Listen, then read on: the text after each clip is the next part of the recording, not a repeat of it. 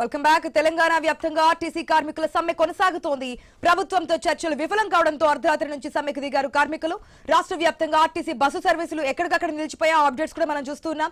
కార్మికులు నిరసనలైతే చేస్తున్నారు. డిపోల వద్ద పోలీసులు బందోబస్తు ఏర్పాటు చేశారు.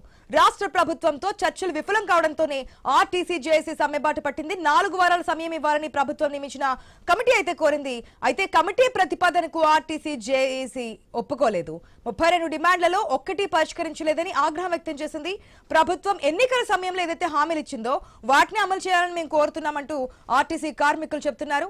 ఇక న్యాయమైన డిమాండ్లు సాధించే వరకు కూడా సమ్మె కొనసాగిస్తామంటున్నారు. దానికి సంబంధించినటువంటి రియాక్షన్ మనకి ఇవాళ కనిపిస్తోంది. ఉదయం నుంచి కూడా ఆర్టీసీ బస్సులు డిపోలకే పరిమితమైన సిచ్యువేషన్. ప్రతి ఆర్టీసీ బస్ స్టాండ్ దగ్గర, డిపో దగ్గర కూడా కార్మికులు నిరసన తెలియజేస్తున్నారు. అక్కడ ఎటువంటి అవాంఛనీయ ఘటనలు చోటు చేసుకోకుండా పోలీసులు కూడా పకడ్బందీగా ఏర్పాట్లు చేసినటువంటి పరిస్థితులు కూడా కనిపిస్తున్నాయి. మా యొక్క 32 డిమాండ్లు ఏదైతే ఉన్నాయో ఎన్నికల సమయంలో ప్రభుత్వం ఏదైతే ఆర్టీసీ కార్మికులకు ఇస్తా అని చెప్పినటువంటి డిమాండ్లు పరిష్కరించాలని కార్మికులు డిమాండ్ చేస్తున్నటువంటి పరిస్థితి. తెలిసి తామాత్రం కమిటీ వేసి ఏదంటే వాళ్ళకి పవర్ లేని కమిటీ ఒకటి వేసి మా నాయకులను చర్చలకు ఆహ్వానించారు. చర్చలకు పోయినటువంటి మా నాయకులను అవమానకరంగా మాట్లాడి 4 వారాలు టైం ఇవ్వండి, మరి అంతకంటే వేరే ఏంటంటే లేదు సార్, 4 వారాలు కాదు 2.5 సంవత్సరాలు జరిగిపోయింది. లాస్ట్ టైము మేలనే మా యొక్క సమ్మె ఉండే, మీ మాట కొద్దీ మేము దాన్ని విరమించుకున్నాం.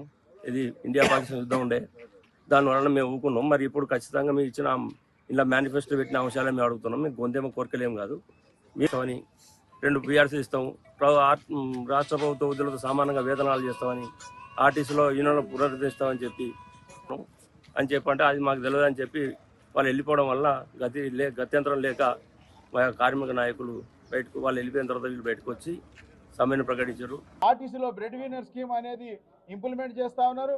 ఈ బ్రెడ్ విన్నర్ స్కీమ్ వల్ల మరి డైరెక్ట్ రిక్రూట్మెంట్ కాకుండా అది కన్సల్టెంట్ పే కింద పెడతా ఉన్నారు. కాబట్టి ఆ విధానాన్ని రద్దు చేసి డైరెక్ట్ రిక్రూట్మెంట్ కింద చేయాలని చెప్పి మేము డిమాండ్ చేసినాం.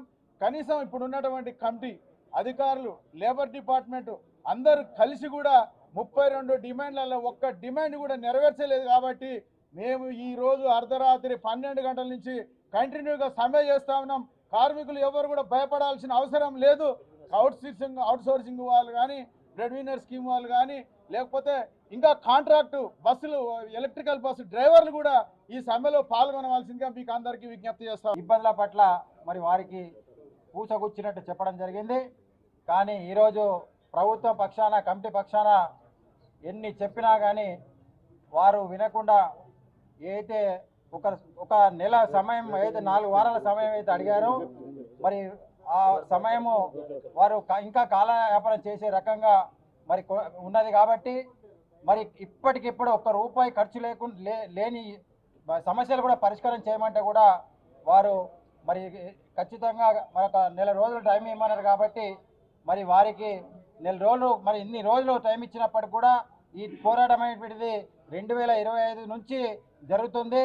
ఆర్టీసీ ఉద్యోగుల కోరికలు తీరుతాయని చెప్పి యాజమాన్యం పిలుపునిచ్చిందని, మరి 7 సంవత్సరాల తర్వాత మొదటిసారి చర్చలు పెట్టి చర్చల్లో కూడా కాలయాపన చేసి మళ్ళీ అదే పాట పాడి ఇవాళ ఎవరు కూడా గవర్నమెంట్ రాకుండా కేవలం 5 ఐఏఎస్లతోటి కమిటీ వేసి ఆ కమిటీ ఇవాళ వచ్చేసి 4 మాసాల వరకు మాకు 4 వారాలు మాకు టైం ఇవ్వండి, ఈ లోపల మేమంతా కూడా మాట్లాడి గవర్నమెంట్కి పెడతాం అంటే అప్పటి వరకు గవర్నమెంట్కి ఇస్తే ఏం చేస్తారనేది వాళ్ళు చెప్పట్లేదు. మేము ఒకటే చెప్పినాం, ఇవాళ ఇప్పటికే కార్మికులంతా అసహనంతో ఉన్నారు, ఇబ్బందుల్లో ఉన్నారు, నిర్బంధంలో ఉన్నారు.